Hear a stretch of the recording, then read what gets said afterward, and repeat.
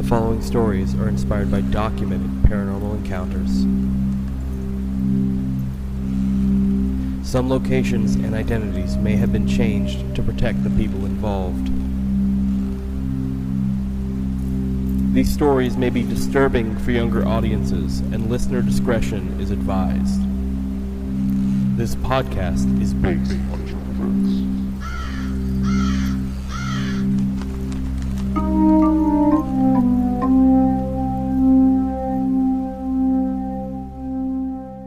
Hi, I'm Dalia, she, they. Hey, I'm B, she, they. And I'm Brandon, he, him. And this podcast is based on true events. Okay, that one was almost first try, so that's great. Welcome to episode 13, everybody. Lucky number 13. Lucky number 13. I always did. Thing is, for the longest time in my life, I did consider 13 to be a lucky number. That was my school bus number growing up. Yeah. And then I just became edgy when people were like, no, 13's an unlucky number. I was like, it's lucky to me. I wish you could have seen the fucking Debbie Ryan ear tuck he just did. Spot on. Spot on. All right, so the vibe currently with me, probably with all of us, we just ate. However, we ordered some T-Bell, and they forgot one item for each of us. So that's wonderful. They had to make it equal. They said equality, bitch. Yeah, they said no Baja Blast for you, no beefy 5 layer for you, no grilled cheese for you. Like, yeah, I never had the black bean grilled cheese burrito, but I wanted to try it, and they didn't give it to me. I'm glad they gave me the thing I wanted to try. That fucking that barbecue chicken fries. Oh, yeah, that was phenomenal. I'll have to try the burrito next time. I didn't expect you to like it as much as you did. Me either. Taco Bell, you know. Me either. No, yeah, but so the vibe is we just ate. We're not feeling really hungry anymore. I also don't feel like I ate too much. I feel like comfortable. Yeah. So that's a good on my end. I don't feel like I'm gonna fall asleep from being too full. You know. Listen, I don't gotta be too full to fall asleep. That is true. You just be sleeping. Yeah. You just be sleeping. I like my naps. Yeah. I have a weird relationship with naps. I don't know if we've talked about this on here before, but like I physically can't take a nap without waking up in like a panic almost. Damn. Childhood trauma. Love that. From like, Yep. Old stepmom. Yep. But anyway, no, it's bad. One time I woke up and was like yelling, like, what's going on? What's happening? Like, what time is it? And then he woke me up, so I started freaking out because we were both napping together. Yeah. Mm-hmm. But he woke up, started like basically screaming, and I was like, whoa. Damn. What the fuck is happening? It's actually a problem. Like, it's insane. But I do have a dull throbbing pound in the back of my head. I did take some ibuprofen preemptively this time, so hopefully that's all it does today. I don't know why I get headaches whenever we start to record, but it needs to stop. It's basically tradition at this point. Yeah, I have a good time when we're here. Like, and I always power through. It never hits me until later. Mm-hmm. But yeah. But so that's my vibe. I am comfortable. I am comfortable. No more, no less. Sorry. What? It was the chair, I promise. Oh, the squeak? Okay. Yeah. All right. What's y'all's vibes today? Who wants to go next? Well, I was really sad because I thought I left my weed pen downstairs, but then I realized it was just between my legs, and now I'm great. Good. That's good to hear. It is good to hear. Oh, was that your vibe check? Pretty much. I found my weed pen, I got a shower, I smell good, and I ate. And nice. I'm with my friends. I'm fucking fantastic. Yeah, I've had the best day ever. Hell yeah. I'm basically laying down right now. No, yeah, for sure. Again. No. It's worse this time. Yeah. This time I'm a little more sprawled. This time you got more of the blanket up on you. Yeah, I'm about to put on a second blanket. I'm pretty cold. Which is crazy for being upstairs. But if I get another blanket on me, I don't know if I'm going to... No, yeah. Pass the fuck out or what? No, I'm great. I love sleepy time. I love being cozy. If I was snuggled up like you are right now, I'd be out. Yeah. Yeah. Out. Well, let's hope that my story today will wake you up a little bit out of fear. How about that? Oh my god. Out of fear. Out of fear. So, Are we ready to get into the first story today? Do it, lady. Yeah. All right. So, have you ever dreamt of living out in the countryside? The peaceful atmosphere and calming wilderness always has a way of pulling a person in. But what if the peace was hiding something dark just under the surface? Personally, as much as I love the countryside, the moment it starts getting dark, I do not like it anymore. Mm-hmm. Yeah, that's I don't when like it's the time to go bugs. inside. Yeah. I'm sorry. I don't like the bugs. No, that's true. I also don't like the bugs. But no, yeah. Don't like it out at night, for sure. Yeah. Beautiful during the day. Oh, yeah. Not a fan once it starts getting dark. Mm-hmm. Again, at Jordan's wedding, we stuck around like a little later, like playing a little game at her place for heading out. Pitch black out in the countryside. Especially out where she was. Pitch black. Like, could barely see anything. Damn. It's scary. But with that in mind, as told by the show A Haunting, I give you the story I call The Forest and the Crawlspace. What? Why are those two things connected? I guess You said the forest? the forest And the crawl space? The forest and the crawl Okay. space. Continue, I'm sorry. You're okay. Hinsdale, New York, 1970. After vacationing in the area for years, whenever they needed a break from the city, Clara Dandy and her family decided to look for a house for sale. Clara and her husband Phil are immediately impressed with the house they are checking out, and reported it gave them a sense of calm from the very moment they laid their eyes on it. Their children, Tina, 13, and Mike, 14, are also excited about the move. Mike commented that their current residence of Buffalo was a tough town, and he wasn't a very tough kid. Plus, he always really liked wildlife. The only weird thing the Dandies noted about the house was a small storage area under the stairs that held a red brick fireplace. Clara said that it gave her a funny feeling, but dismissed it as just being because of her city upbringing. Nevertheless, a few months later, they're moving in.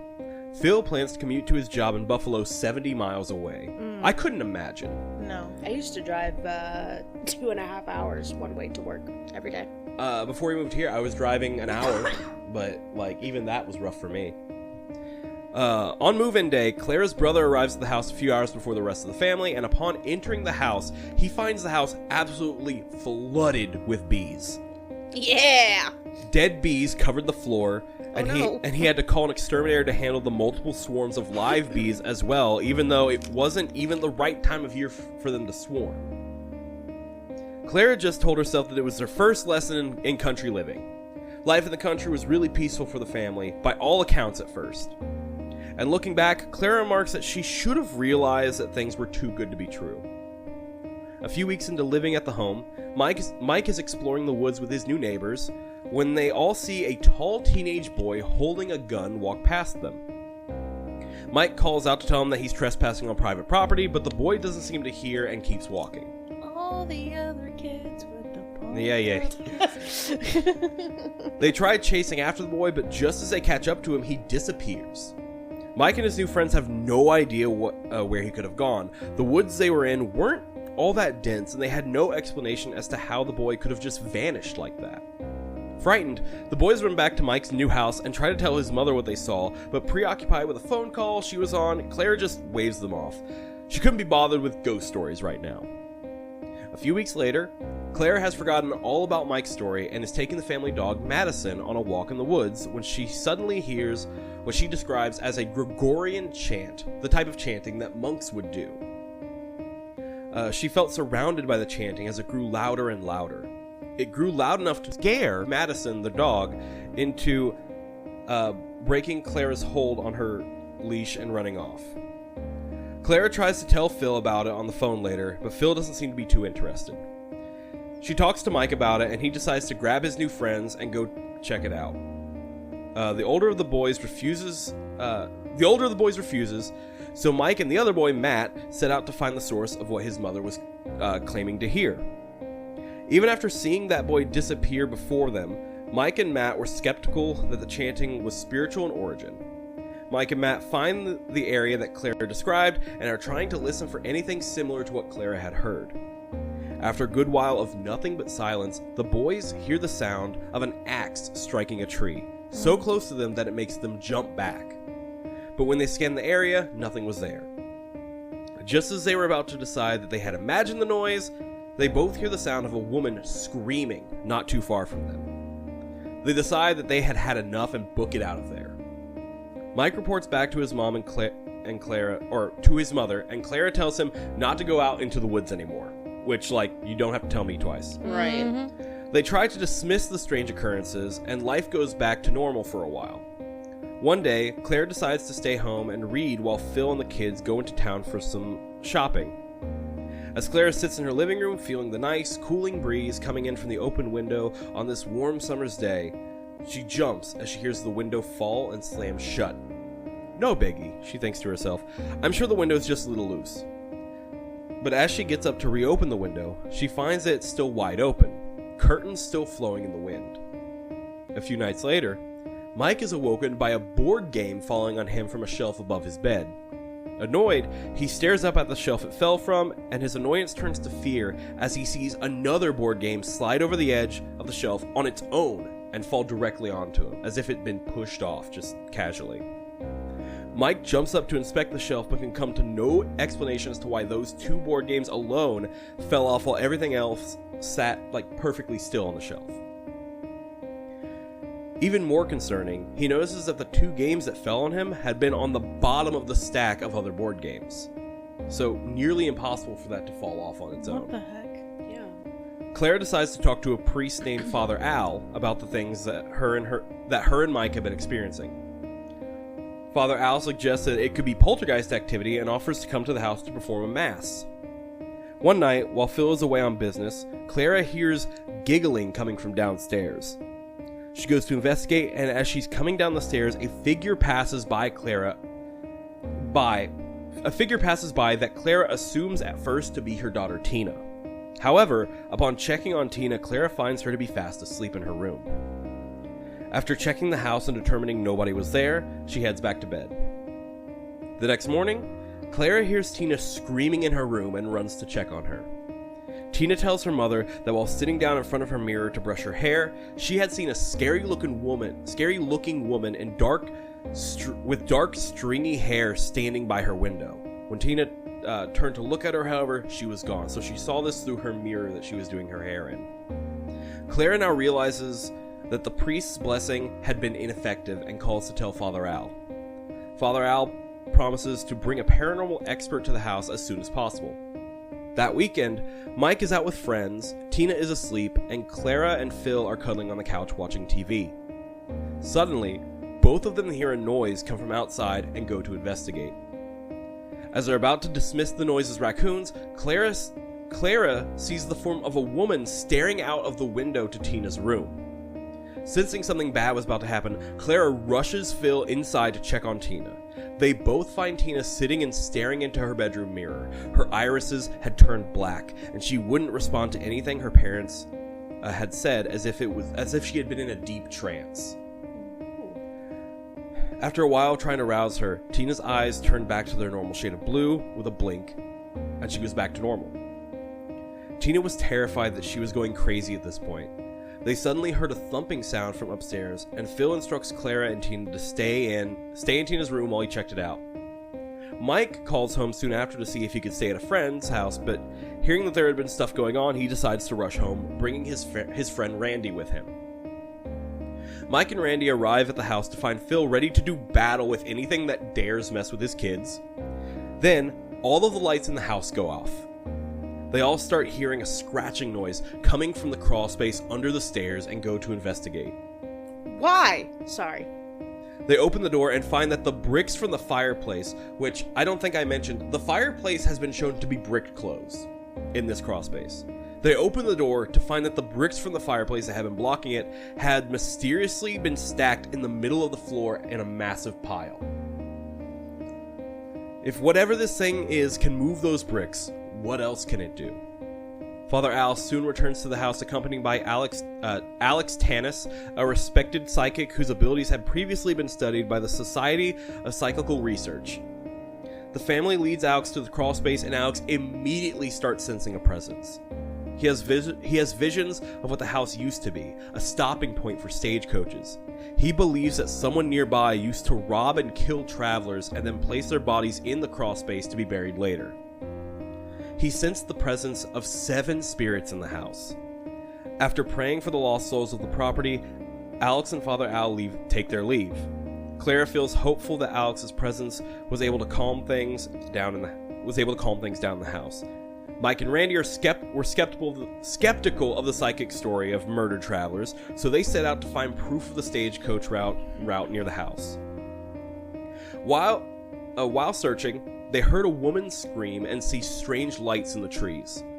Randy then feels short of breath as if his lungs are being squeezed.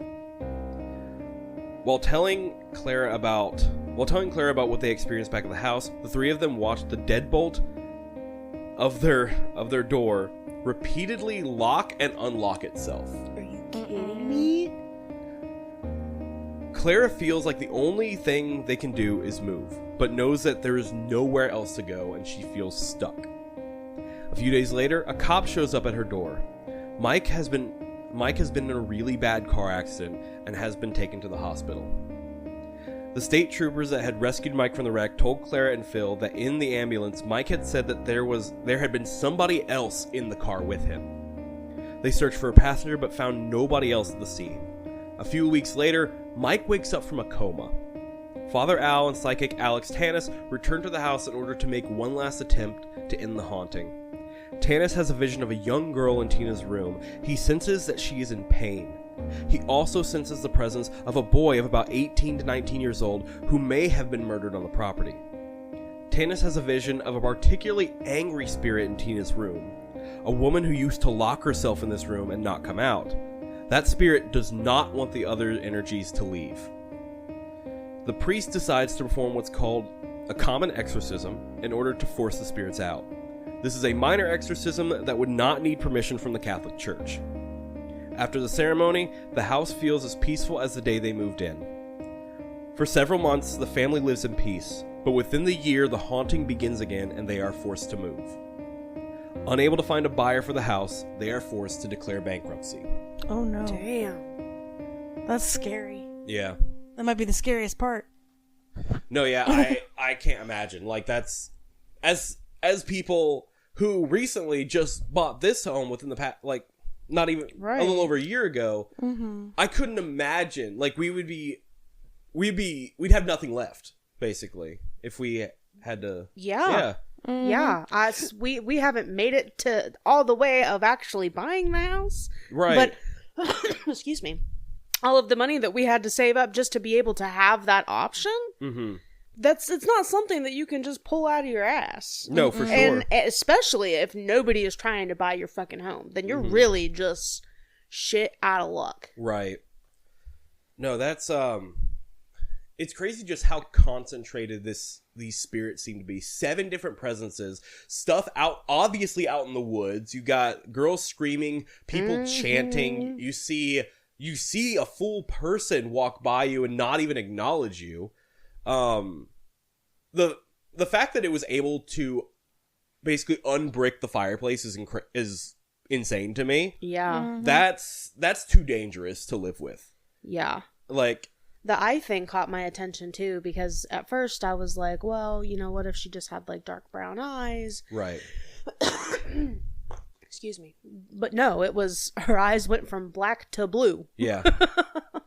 And like, no, because that's scary in itself. Yeah. That like, it feels like it's telling you, hey, I can do whatever I want.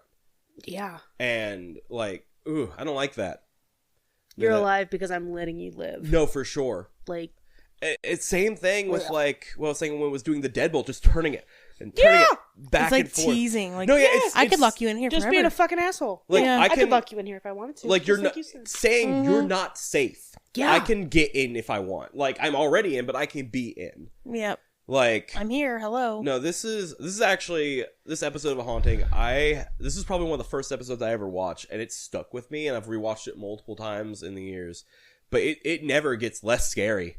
No, it's freaky, and it all like I know they don't come to this conclusion, but why is this dark this dark entity, why is it not wanting the other spirits to go? Like, why is it so, like, determined to keep all the other presences there with it? You know? Like, maybe that's how it gets Yeah. its energy and how it can do all this stuff. it's possible. Collecting the souls. I guess. I don't know. Grim Reaper head ass. Yeah. No, but any other thoughts on that one, guys? Whew. Because that one... That's a lot. That was a really good story. Mm-hmm. Like, I could see it happening. Yeah, me too. Like... No, and you just... And things just kept getting worse. Yeah. Because, like, Mike getting in that car accident, being like, there was a person there with me. Absolutely not. Mm-hmm. Like, I can't agree with them more that I would rather commit bankruptcy than live in that house. Yes. Yep. You know, like...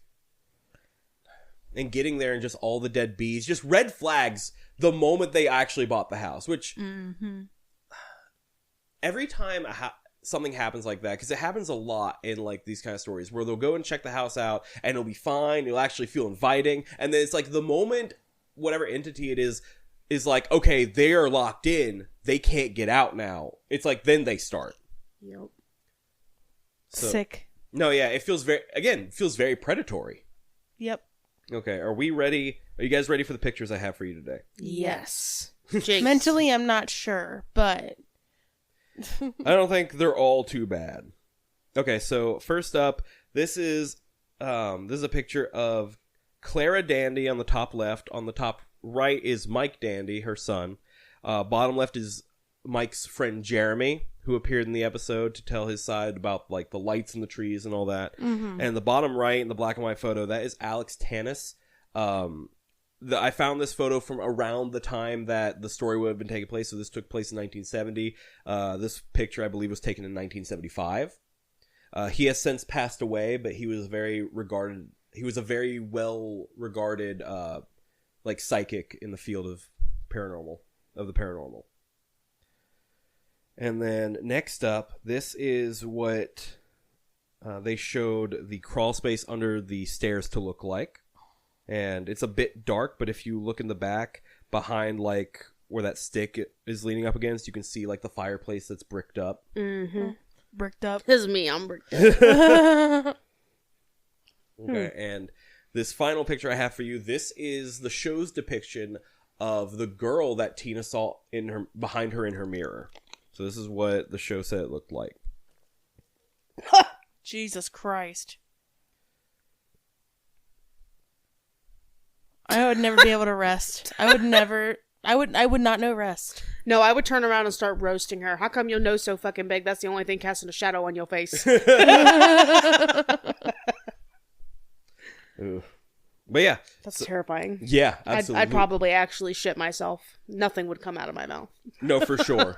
Like, I don't think I've had like full chance to test my fight or flight, but I'm pretty sure I'm a freeze kind of person. At least at first. I start swinging. Yeah. Is my problem.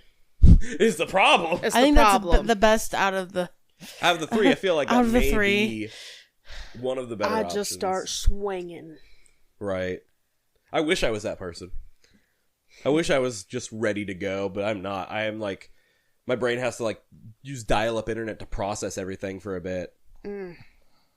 But I froze in the middle of a tornado thing happening at in the middle of the street, pouring down rain, tornado, froze. oof.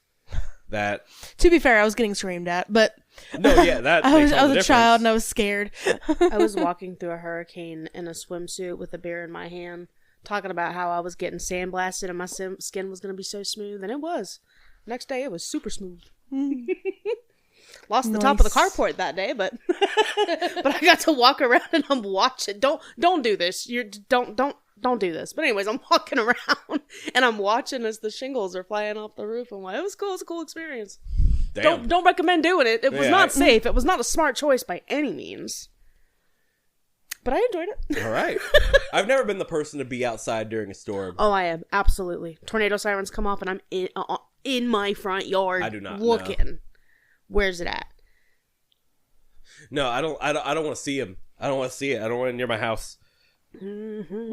Especially when we lived in a trailer, just a tin can that could be ripped off the ground. Yeah, Well, that's the true. two trailers down from us. Got flattened by that big tree, yeah. Yep. And we had a big Damn. tree next to our place, so it was kind of scary. Yeah, blame for you. sure. No, I'm really glad we're out of that trailer now.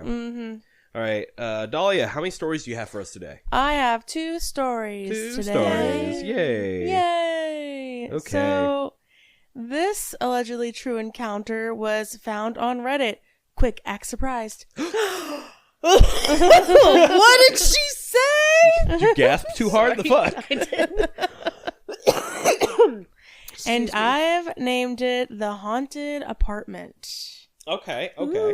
So let's get into it. Very straightforward. Mhm. Okay. In 2018, my friend's girlfriend and her roommate both wanted to sublease their apartment. Their explanation was simply that they were moving one town over.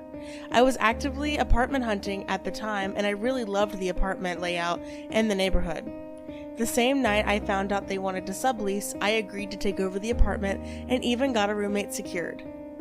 The next day, I went over to the apartment to talk about the logistics of the swap.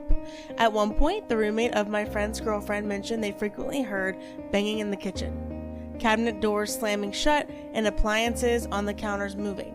My friend's girlfriend looked at her and said, "Shut the fuck up," while giving her a look of, "What are you doing?" My dumbass simply didn't take it seriously. I had been to the apartment for parties multiple times and never got a bad vibe.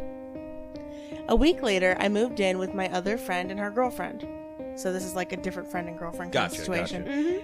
Okay. So 3 of us living together. I don't remember how soon after we moved in that scary shit started happening, but we had incidents several times a week for all 12 months. I have a Labrador who was 7 at the time. I've had him since he was a puppy, so I was very familiar with his normal behavior. While at the apartment, he would growl while staring at areas that were dark. He growled at dark corners a lot while we were there. It wasn't neighbors or anything. While we were in the living room, we would hear kitchen cabinets slamming shut and the sound of things moving around on the kitchen counters. I usually left my bedroom door open. When we would be cooking in the kitchen, we would hear what sounded like someone slapping the hangers in my closet. Slapping? Yeah, like, you know, like they're just fucking slap pop pop. yeah, like, I'm here, hello. Oh, I don't okay. know. Okay. All right, interesting choice. Right. I usually had the closet door open too. That experience happened at least once or twice a week. There was one time we came home and found just about everything in our living room moved around. I like to keep things neat and in their place. That's how the apartment was when we left. But when we came home, it literally looked like someone was hanging out on the couch playing video games. Nothing was missing, so we didn't think anyone broke in. We called the 2 girls that lived there before, but they hadn't been over, and they gave us the only keys. There was a night I was laying on the couch watching TV. The only light on was the hallway light. I saw a tall, dark shadow walk across the hallway entrance, moving toward my bedroom. Great. I slept on the couch that night because of how creeped out I was. There was a night I was asleep in my room and I was woken up by my dog growling at the closet. There was a full moon that night, so the room was lit up pretty well. Oh. Sorry. He started with a light growl that gradually got louder. The hair on his back was standing straight up. His stare never broke. Sorry, I gotta flip pages here.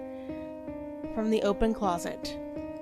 Soon after, he started to bark.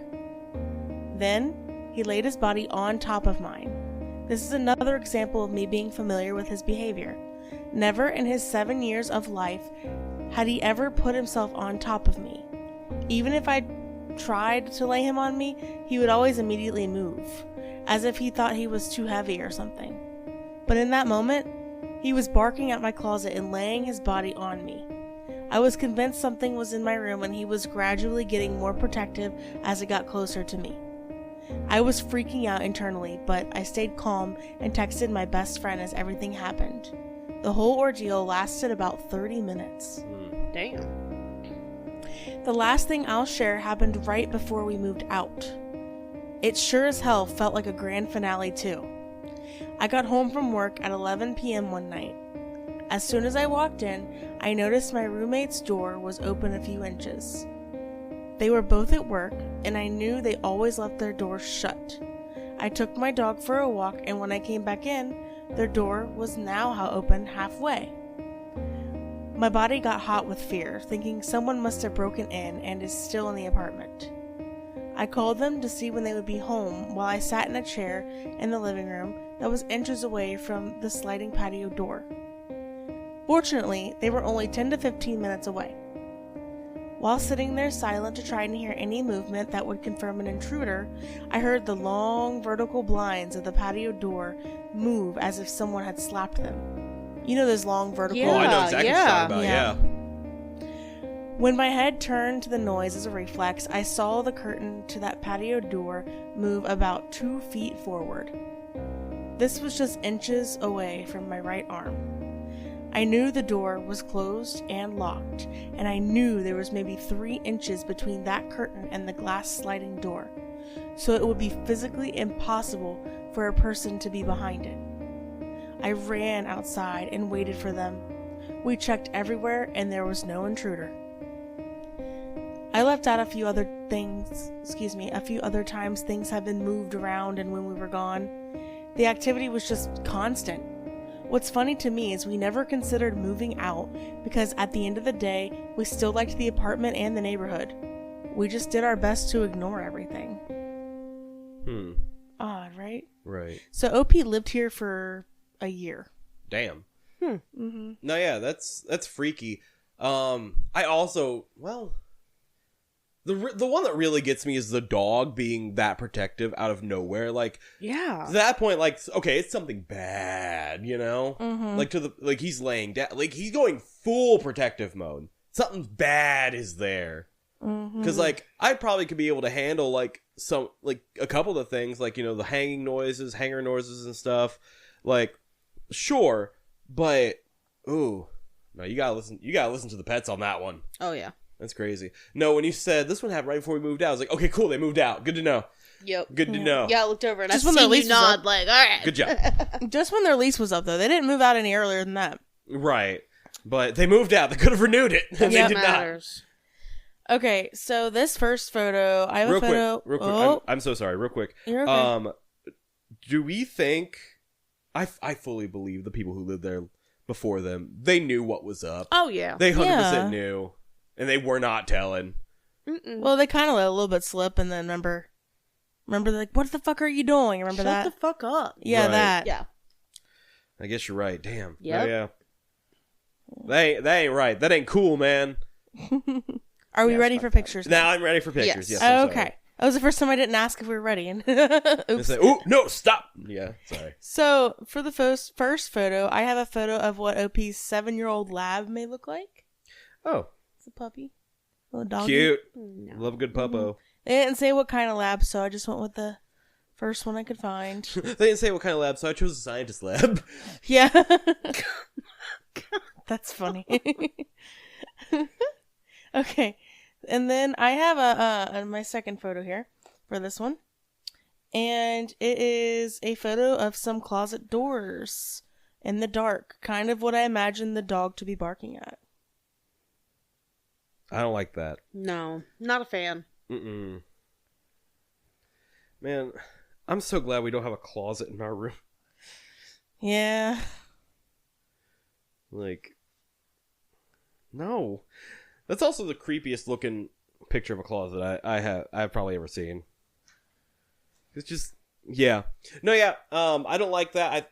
Like I said, my least favorite part was that whole dog thing. Like, that. It's scary! It's scary. Yes. Mm-hmm. All right. You said you got another one for us, you said? Yep, I have my second one. Cool. All right, so I'm going to preface this. I'm just going to go ahead and say it, hon. Sure. This is the one. I originally wasn't going to do this one. Yeah. Because it was really short. And this is before I realized, like, oh, I could add some comments and replies and we can have a discussion, yada, yada, yada. Right. And so I was like, I'll just read this to Brandon because I like the story. And he was like, why the fuck aren't you going to do this on the podcast? I love this story. Yes, it's really good. I just don't want you to have to pretend like you haven't heard this. No, that's fair. No, B, I love this story. I can't wait to see what you think of this one. Okay. I can't wait to see the comments she added. No, this is a good one. I was very like, no, you need to do this one. Yeah, so I'm doing it. I felt really guilty afterwards. I was like, I should have just done it and he would have been surprised. Nah, it's but fine. Here we are. So this next allegedly true encounter comes from Reddit. Shocking. And I've titled it, Why Didn't They Notice? And actually, Brandon helped me title that. That's okay, I'm ready. So let's get into it. This is something that happened back when I was working as a production assistant on a paranormal TV show. Right up our alley. It happened during the filming of one of the paranormal specials that the show used to do on location. The concept of the shoot was simple. A famous psychic would visit ordinary people's homes and perform exorcisms on the spirits said to haunt them. Just to be clear, I'm not going to reveal who the psychic was, and I'd appreciate it if no one tried to guess or speculate. I have absolutely no intention of criticizing or slandering them. There was a reporter, the psychic, a cameraman, and a few crew members like me, but none of us, including myself, had any sort of spiritual sensitivity. The house we visited was in an old town somewhere in Massachusetts, if I remember correctly. My memory is a bit hazy, so I'm sorry if I got that wrong. Not that anybody here's gonna know, right? Right, yeah. It was a large, old house, and the request had come from the wife who lived there. Ever since they bought the house, she said strange things had been happening constantly inside, and bad luck had been plaguing their lives. The wife had very strong spiritual sensitivity. She said a young boy's ghost was wandering all throughout the house. Toys would start moving on their own, even when no one was nearby. They would hear crying coming from the bathroom and the sound of footsteps running rapidly across the second floor, day and night. She also said that there had been accidents and spiritual disturbances happening frequently. Hearing all of this, the famous psychic began walking through the house, performing the exorcism. All the spirits dwelling in the house have been cleansed. You may now return to your normal life. You'll no longer be troubled by evil spirits. So that's in quotations, something that the psychic would have said. And with that, the psychic's part was done, and the shoot wrapped up without any issues. The reporter and that psychic headed back to the production van, and the rest of the crew were cleaning up, and I was sitting alone in the dining kitchen. I happened to glance over and saw the wife standing in the corner of the kitchen, head down, wearing a deeply troubled expression. Something about it bothered me, so I asked, "Is everything all right?" She suddenly looked up at me and asked, with a serious, almost angry gaze, "Can that psychic really see spirits?" I stammered, well, they're quite famous in the field." Then she said, "Then why didn't they notice? That child's spirit has been clinging to my leg ever since that person stepped into this house." I looked down at her feet, but I couldn't see anything. Still, the thought crossed my mind, what if something was clinging to her leg, staring up at me from down there? Just imagining that sent a chill down my spine. Needless to say, that episode was scrapped and never aired. So, a user commented on this post. Do we need a second? No, go ahead. Okay. Let's do it. Stating, entities can be difficult to remove, especially if they have a strong attachment to one person. Why a psychic could not see it, I can't comment on that. I am also not willing to question one's ability. But something prevented this entity from being seen. It is also possible that all of the activities in this location could have been caused by this one entity. Removing a spirit is not as easy as they make it appear. I do hope, however, that this individual was able to get the help that they needed. To which OP responded, "Thank you so much for this thoughtful insight. I agree. Some entities can be incredibly persistent, especially when they attach themselves to a specific person. I also found it chilling that the psychic didn't notice anything that day. It really makes you wonder what was at play behind the scenes. I I truly hope the person eventually found peace too. And then we had another comment that I wanted to feature on here. So, hugging her leg as if the entity was looking for her to protect it from the psychic. Should have asked her about losing a child or a pregnancy. The entity seems to be attached to her personality. To her personally. OP responded, "That's an interesting way to look at it. I didn't see anything myself, but maybe there was really some kind of personal connection. At the time, I didn't even think to ask her about it, but now I kind of wish I had."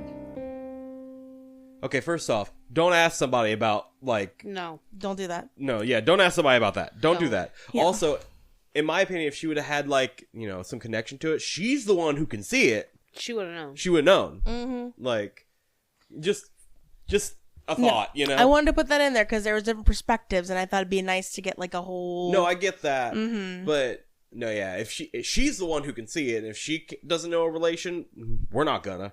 Yeah, I'm with Brandon on this one. That was a fantastic fucking story. Right? And I'm it would have glad been you a liked shame had you not shared that. I got That chills was- all over again when you talked about it clinging to her leg. Mm-hmm. And the name? Perfect. Thank you. Yeah. No, Yeah, but, no, like, I just be second guessing myself sometimes in the stories that I get, so. Well, No. shit, don't, because that was great. no, yeah. What are your thoughts on this one? Like, anything that you have to mind? I have a couple I want to share, but... I'm a big believer in that you only see what they want you to see. Correct, Right? yeah. So if they're...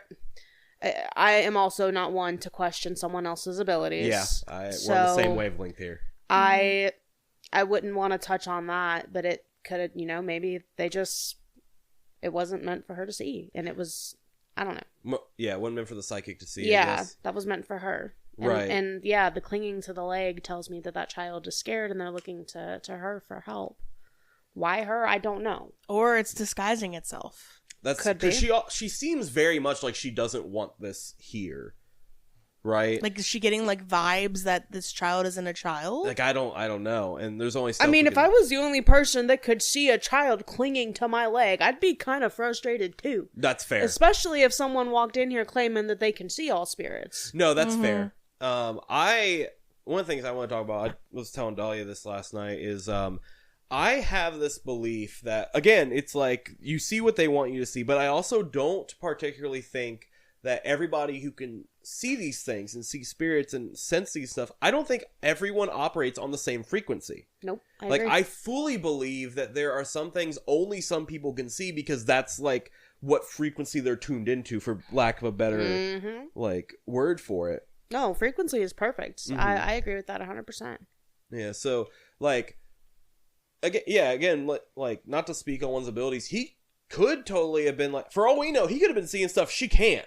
Right. And it's like, okay, this is gone now, but has no idea about, like, this thing, right? Right. But yeah, so, no, that was a great story.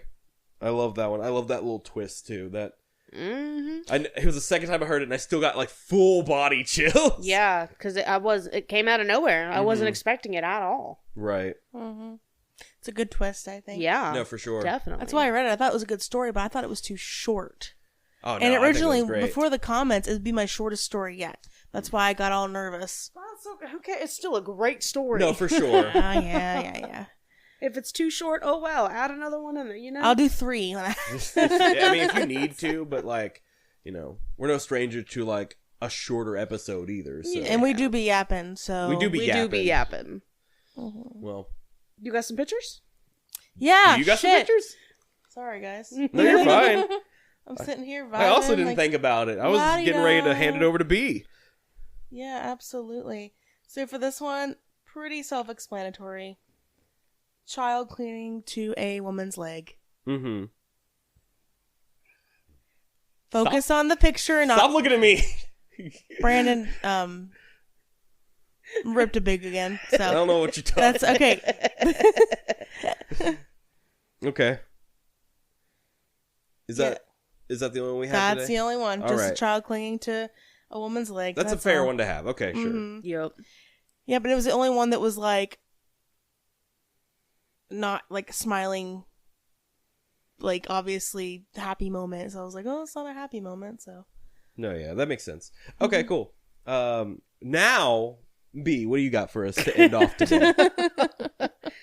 So the story that I have is about finding kindness in places that you wouldn't expect. Okay. Or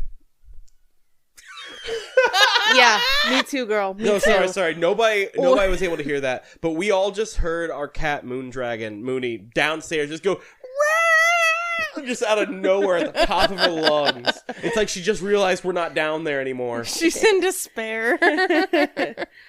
I would like to give a trigger warning for the story as well, because it does talk about the loss of a parent. Okay. Yep. They have titled this story, "A Stranger Helped Me Out on a Very Difficult Day, and I Can Finally Write About It." This one is a bit of a long one, so please forgive me. It was 6 years ago, almost to the day. My 76-year-old mother had been ill, passing out and falling down hard, etc., for a couple of weeks, and the doctor at the hospital that she was admitted to couldn't really find a good reason why. It got to a point where I needed to fly down to where she lived so that I could help my sister with being an advocate for her in the hospital and just generally help out in the situation. My flight left San Jose on a Friday evening, and I had to go there directly from my work. Because of that, I was a bit early at the airport, and I decided that I should go into a restaurant/bar at the airport while I waited for my flight. Since I was flying alone, I took a seat at the bar so that families could sit at the tables. I ordered a beer and some appetizer, I don't remember what. And if you've ever been to an airport restaurant, you'll understand that this wasn't exactly cheap. Anyway, I'm sitting there and the bar is pretty crowded. Soon enough, a gentleman asks me if the one seat open at the bar, which is next to me, is taken. I said no, have a seat. He does. This man is huge and extremely muscular, all dressed in black, big beard, kind of like a biker type style. Literally, his upper arms were the size of my thighs. If I had been in a normal bar, I would not, If I had been in a normal bar, I would have been apprehensive about him. I'm not a small man, but this gentleman was very, very large and honestly a bit scary looking. The great thing about airport bars is that it's very easy to make conversation. You can just ask someone, hey, where are you headed? And things usually go from there. This gentleman ordered himself a beer and a shot, and then asked me just that. I told him that my mom was sick and that I needed to go help.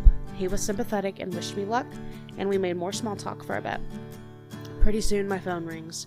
I can see it's my sister actually calling me. She had been group texting me and my other sibling before, just so she wouldn't have to repeat everything twice. And as soon as I seen it's her and that she's actually calling me, I knew that my mom had died. I took the call. My sister told me that our mom had died. I told her I was on my way and to expect me in 2 or so hours. The whole phone call took maybe about 20 seconds. As I hung up, my new acquaintance at the bar, I never did get his name, asked me if everything was alright. I was just so in shock that I told him my mother had just died. This gentleman that I didn't know and had been low-key scared of a few minutes before offered me his condolences and then said, hey man, get out of here. I know you've got some calls to make and you probably should get some air. I agreed with him and told him that I was going to pay my bill and leave. He said, no, I'll take care of your bill. I said I couldn't let him do that, and he said, a little bit more forcefully now, I have you covered, brother. I thanked him and said I need to leave a tip. He responded, I'll tip the server well and let her know why you left. Now go. I left, made the calls that I needed to make, got on the plane, and went to go help my sister deal with the death of the only parent that we ever knew. That man showed such kindness and caring for me, and we were strangers. I'll never forget him, even though I never got his name. I owe that man not just the money for my meal and drinks, but for the compassion that he showed to me, a stranger, on one of the worst days of my life. My mom's been gone 6 years now. I miss her every day, but someone tried to help me in that horrible moment, and I'll never forget it. Thank you to a stranger I met at an airport bar. I'll keep trying to pay your kindness forward. Damn. No, I'm crying. Yeah. We cried in the club. Oh, that one. Yeah. That one got me feeling a certain way. That's. Yeah. Oh. I mean, I've always said it takes nothing to be kind. It takes nothing It's free to be have kind. compassion. It's crazy that there's just so many people who don't seem to be able to do that. Because, oh man. Oh, God. Oh. Yep.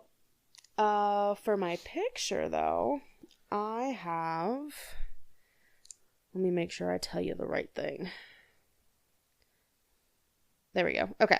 So this is actually a picture of Club Cincinnati, which is an airport bar at CVG. Right. Okay. Oh, that's pretty. It's fancy. Mm-hmm. Yeah. Yeah, so you can see how they've got the different little tables and whatnot, and then the bar seats. No, for so sure. that's what he meant when he said he was sitting up at the bar to leave the tables open for families that might have come in. Gotcha. Okay. Mm-hmm. No, yeah. Oh, damn. No, that was a good one. That was really good. Yeah. And, like, just goes to show you, easiest way to be immortal is to be kind. Because people will not forget you. Mm-hmm. Like, I love that you said that, because I always say that the only way to live forever is to be an asshole. yeah. But that feels so much more powerful. The only way to be immortal is to be kind, because people will never forget you. Right. I love that. Real powerful. Did you just come up with that? Oh, that was an on-the-spot thing, yeah, because... Yeah, that's like, fantastic. That was good. No, because if you think about it, like, there are so many stories of people who still talk about, there was somebody who was nice to my grandpa once and really, like... Yeah. Like, helped him out, and it... Like, he remembered for the rest of his life, and now you're telling that story, it's like... Mm-hmm. No, yeah. I hope that man had a wonderful, wonderful life. Yeah. From Me there, too. you know, both of them. It's a good reminder, too, to not judge someone's character just by how they look. No, You for know? sure. Big, scary, biker-looking dude, but he was super fucking compassionate and even Mm-hmm. took care of dude's meal so that he could go handle his family affairs. And No, you, yeah, don't, you, don't, you obviously- didn't have to. You don't know this man. For sure. Obviously, trust your gut at the same time. Yeah, Like, yeah, of course. At the same time, trust your gut. Like, It's different. Yeah, Oh, for sure. There's a line there. Yeah. yeah. But no, that was a really good story. Thank you, B. I appreciate that. Okay, you can find us on Facebook, Instagram, Blue Sky, not Twitter. Fuck Twitter. Fuck Twitter. YouTube. You can also you can leave us a like and review on our Facebook page, as well as Spotify and Apple Podcasts. That really helps us out because it helps us get more places, like get to more people's waiting in lovely ear holes. You can if you have a wholesome or a very creepy story to send to us, like that you've experienced some paranormal activity, Real life stories. you can send them to TPIBOTE@outlook.com. If they are wholesome stories, put in the subject line there for B. If they are paranormal stories, put in the subject line there for Dalia. And you might just be hearing them here on the show. No H in Dalia, don't forget it. No H in H. Dalia, yeah. See, okay, I have something to add to this real quick. I Sure. received an email from a listener, I believe. I don't know if it could have been a scam, I guess. But if you think that you attached one of your stories to our email, you might want to double check that, because I received 2 emails from you with no attachments, and I would love to hear back if you were actually a listener and not some bot. Yeah, for sure. But yeah, the words just said Apple Podcasts. Yeah. But it was from a user, so I don't know what was going on there. But if you meant to send something, make sure, to attach it and all that good stuff. Right. Well, Dalia, do you want to take us out today? Sure. Thank y'all for tuning in, and as always, this podcast was based on true events.